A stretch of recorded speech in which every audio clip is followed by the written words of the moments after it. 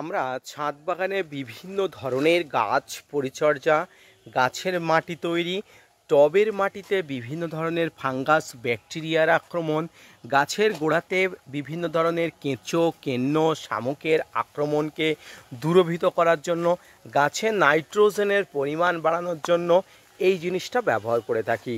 এই জিনিসটা একদিক থেকে যেমন কীটপতঙ্গ নাশক হিসাবে কাজ করে, অপর দিক থেকে টবের মাটিতে বিভিন্ন ধরনের কেঁচো কেন্নর আক্রমণ থেকে দূর করে, এবং সবচেয়ে গুরুত্বপূর্ণ যে জিনিস গাছের, যেটি পেয়ে গাছ সবুজ হয়ে ওঠে, নাইট্রোজেনের যোগান দেয়। এই জিনিসটা কি? এই জিনিসটা সম্পর্কে এমন কোনো ছাদ বাগানি জানেন না, এমন হতেই পারে না। আর এই জিনিসটি হলো নিমখোল। নিমখোল আদতেই কি আজকের ভিডিও থেকে আলোচনা করব, এবং আজকের ভিডিও থেকে আলোচনা করব নিমখোলের ব্যবহারে ছাদ বাগানের গাছ কী রকম থাকে, পাশাপাশি নিমখোলের অতিরিক্ত ব্যবহারে আপনার ছাদ বাগানের গাছের কি কি ক্ষতি হতে পারে, কোন কোন গাছে এই নিমখোল ব্যবহার করা যায় না, নিমখোলের কিছু সাইড এফেক্ট আছে, এই সাইড এফেক্টগুলো আপনি কীভাবে ম্যানেজ করবেন, আসুন তাই নিয়ে থাকছে আজকের ভিডিওটি। না স্কিপ করে কন্টিনিউ করুন।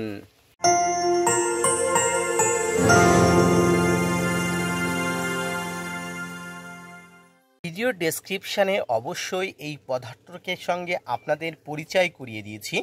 এবার আমি বলবো এই নিমখোল ছাদ বাগানে গাছের জন্য কীভাবে ব্যবহার করা হয়।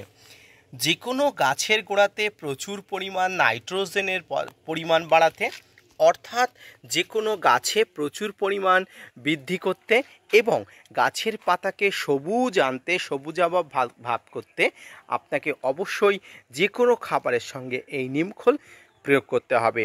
নিমখোল আদতে কি? নিমখোল হলো নিম গাছের ডাল, ছাল, বাকল, ফুল, পাতা, ফল একত্রে শুকিয়ে মেশিনের দ্বারা গুঁড়ো করে যে পদার্থ, যে সার তৈরি করা হয়, এই সারটি হলো নিমখোল। আমাদের দাঁত, হাজা, চুলকোনা, পাছড়া বিভিন্ন ধরনের সমস্যাতে আমরা নিম গাছের পাতা ব্যবহার করে থাকি। নিম গাছের পাতা একটি ভেষজ উদ্ভিদ। এই ভেষজ উদ্ভিদ শুধুমাত্র মানুষের নয়, উদ্ভিদেরও প্রচুর পরিমাণ কিন্তু বেঁচে থাকার জন্য সাপোর্ট করে। আর সেই নিমের গাছের বিভিন্ন অংশ থেকে যে পদার্থটি তৈরি হয় সেটি হলো নিমখোল। এটি যখন ছাদ বাগানে প্রয়োগ করা হয় তখন অবশ্যই গাছের উপরে একটা এক্সট্রা শক্তি তৈরি করে দেওয়া হয়। এটি প্রয়োগের ফলে টবে প্রচুর পরিমাণ নাইট্রোজেন উৎপন্ন হয়। এক কথায় গাছে প্রচুর পরিমাণ শক্তি হয়। যে কোনো খাবার তৈরি করার সময় আমরা যে উপাদানটি রাখি তার মধ্যে অন্যতম হলো এই নিমখোল। এই নিমখোলটি যদি আপনি যে কোনো গাছের গোড়াতে ব্যবহার করেন তাহলে এই গাছের গোড়াতে কোনোভাবেই কেঁচো কেন্ন পিঁপড়ার আক্রমণ আসবে না। কেন আসবে না? অনেকের মনে প্রশ্ন জাগছে।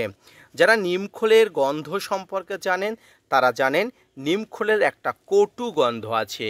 এই কটু গন্ধের জন্য, আর নিম গাছ প্রচণ্ড তিতো আমরা জানি, যার জন্য আমরা বিভিন্ন ধরনের পতঙ্গদের আক্রমণ কমানোর জন্য বাড়িতে নিম পাতা রেখে দিই। তো এর যে একটা কটু এবং প্রচুর তিতা একটা স্বাদ আছে, তার জন্য কেঁচো কেন্ন পিঁপড়া শামুকের আক্রমণ একদমই কিন্তু হয় না। এটি কিন্তু একদম নিশ্চিতভাবে আপনি মনে রাখবেন।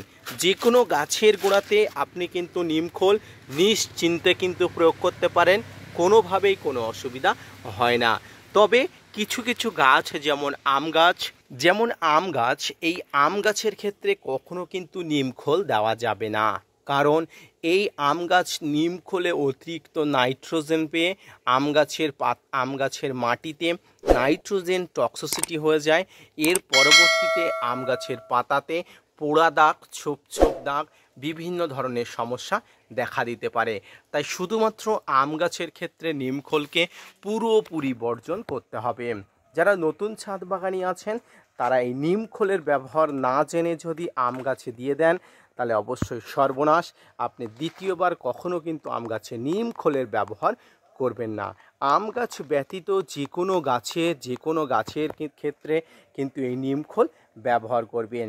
নিমখোলকে শুধুমাত্র গাছের গোড়াতে ছড়িয়ে দিয়েও প্রয়োগ করা যায়, এছাড়াও কিন্তু খাবার তৈরির সময়, খাবার প্রস্তুতের সময় আপনার ছাদ বাগানে প্রচুর পরিমাণ কিন্তু নিমখোলের উৎস দেওয়া যায়, যাতে গাছে প্রচুর নাইট্রোজেনের প্রভাব করে, পাশাপাশি গাছের মাটিকে আরও ভালো সুরক্ষিত রাখে কিন্তু এই নিমখোল।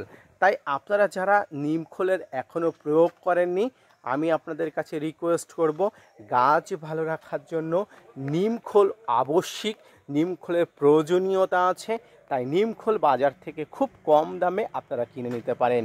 এছাড়া আমরা দেখেছি নিম গাছের পাতা থেকে নির্যাস বার করে আমরা নিম তেল হিসাবে স্প্রে করি গাছের বিভিন্ন পাতাতে বা গাছের বিভিন্ন ডালে। এই নিম গাছের পাতা থেকে নির্যাস স্প্রে করে আমরা যে গাছগুলোকে বাঁচিয়ে রাখি, সুস্থ সবল রাখি, সেই গাছগুলোতেই আমরা কিন্তু এই খাবারগুলোও দিতে পারবো, কোনো ধরনের কোনো অসুবিধা নেই। এবং বাড়িতেও আমরা নিম গাছের ডাল, ছাল, বাকল শুকিয়ে মিক্সিংয়ে ভালো করে মিশিয়ে নিয়ে, মিক্সিংয়ে গুঁড়ো করে নিয়ে কিন্তু এই নিমখোলের আমরা তৈরি করতে পারি। তাই যাদের বাড়িতে এখনও নিমখোল নেই, আমি বলবো খুব অল্প পয়সাতে বাজার থেকে কিনে আনুন এবং গাছে ব্যবহার করে দেখুন, গাছের গোড়াতে ব্যবহার করে দেখুন, কোনো ধরনের কোনো সমস্যা আপনি ফিল করবেন না। সম্মানীয় দর্শক এবং শ্রোতা বন্ধুরা, যে কোনো গাছের খাবার তৈরি এক্সেপ্ট ম্যাঙ্গো ট্রি, এই গাছের বাদে বাকি সমস্ত গাছে নিমখোল নিজ ভাবনায় কিন্তু আপনি দিয়ে দিন, কোনো ধরনের কোনো অসুবিধা হবে না।